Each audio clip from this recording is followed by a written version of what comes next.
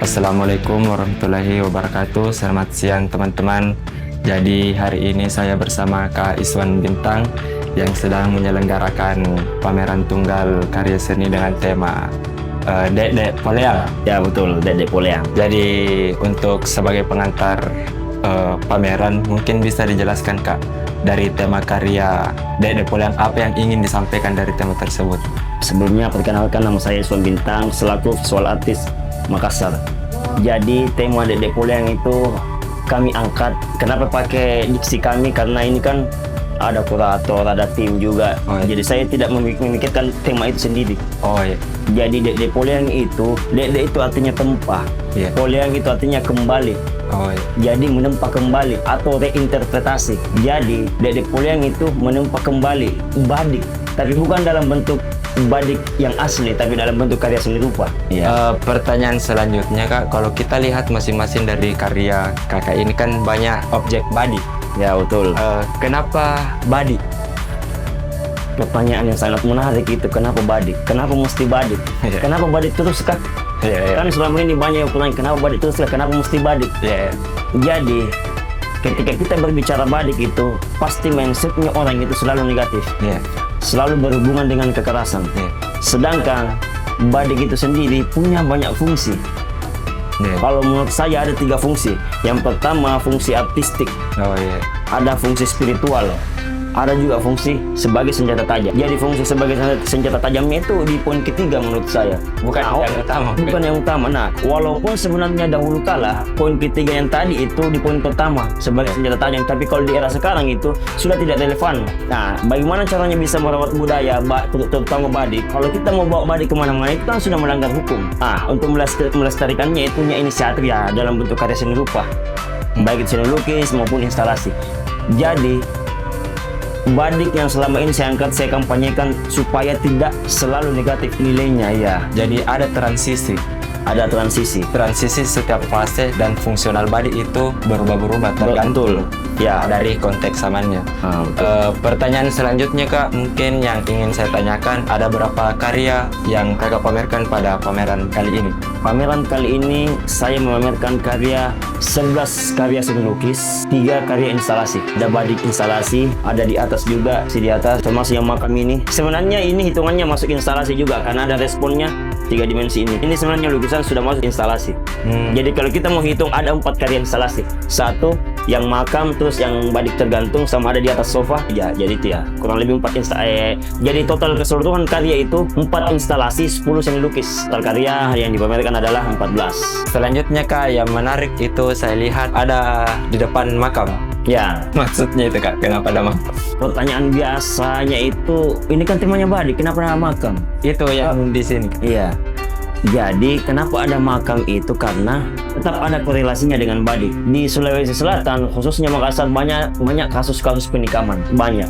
Tapi kasus penikaman itu belum tentu pakai badik. Ada contoh kasus dia menikam pakai pisau toto, ada contoh kasus pakai pisau dapur dan sebagainya. Dan itu ada buku beritanya. Tapi selalu dihakimi itu badik. Oh ini nobu yana. Nah, selalu pasti orang badik nak pakai.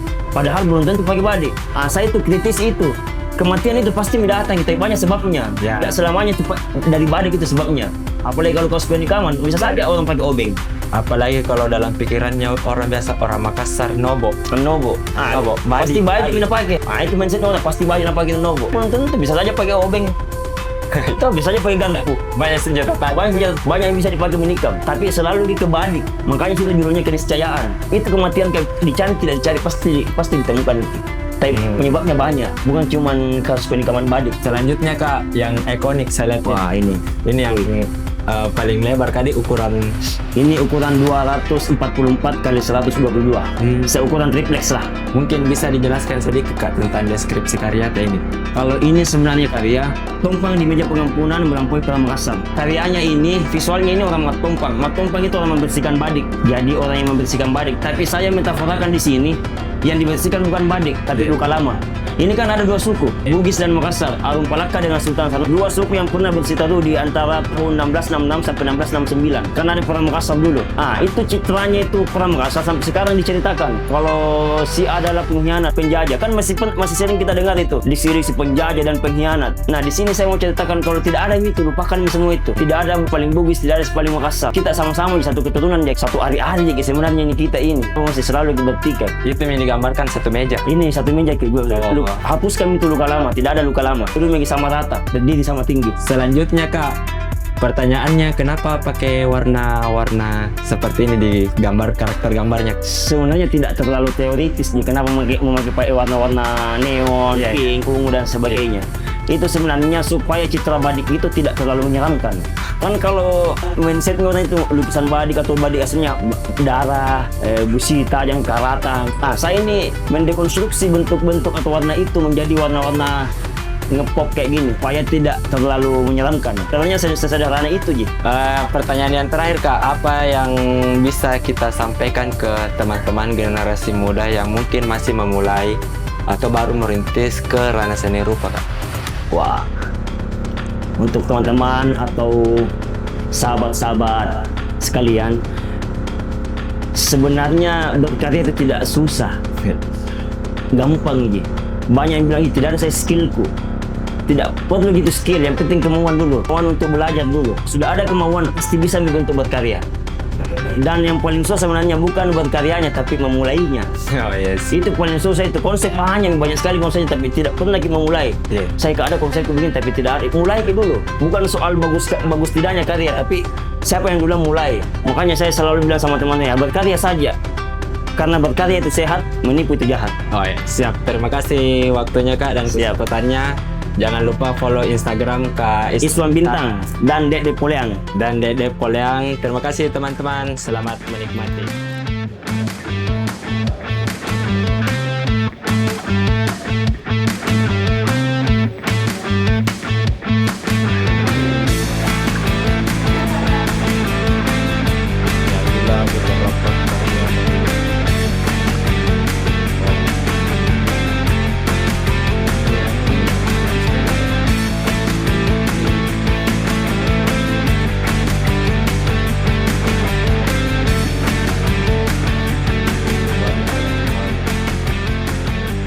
Halo teman-teman, saya Irfan Palipui.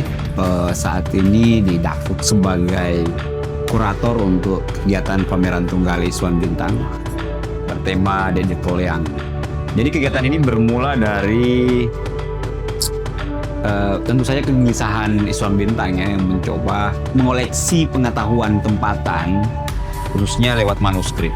Dan kebetulan memang dia konsennya pada badik sebagai upaya reinterpretasi badik, ataukah upaya mendefinisikan ulang apa itu badik sebenarnya. Nah, dari sinilah kosakata Dede Poleang itu muncul sebagai kosakata setempat yang bisa kita setarakan dengan istilah menemukan ulang ataukah mendefinisikan ulang gitu cara kita memandang badik. Di proses kuratorial ini kita memulai dari itu, menentukan kita mau menamai apa ini kegiatan. Jadi kegiatan ini dimulai dari obrolan sederhana itu tentang sesuatu yang kita lihat pada dua hal tadi, badik dan lontaran. Dari dua halnya tadi itu melahirkan kegelisahannya bahwa ada kondisi di mana medium ataukah sumber pengetahuan yang bisa dipakai untuk menjelaskan tanda kutip ya, apa yang setidaknya menjadi definisi badik itu justru berjarak gitu.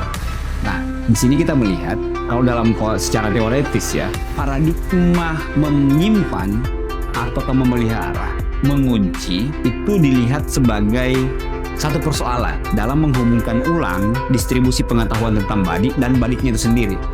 Jadi hal paradoks yang dilihat Iswan itu terjadi ketika arsip yang ngomongin soal badik itu mengalami penjagaan dalam tanda kutip pengarsipan itu melalui ruang yang terkunci. Sementara badiknya itu dibiarkan gentayangan kemana-mana. Ketika hal itu terjadi, yang ada adalah mengalami bentuk persepsi yang secara framing hanya mengikuti diskursus dominan. Apa itu diskursus dominannya? News tentang kriminalitas, news tentang kekerasan, dan seterusnya. Bukan justru berasal dari perpustakaan yang terkunci tadi. Paradoks ini yang kemudian ditawarkan secara kuratorialnya melalui Depolean, bahwa kita perlu melakukan redefine ataukah menempa ulang melalui cara berpikir pandai besi itu, Pandre itu. Bahwa sesuatu yang saat ini mengalami selenco atau tergelincir pemaknaannya, itu perlu ditarik ulang dengan menawarkan metode ini.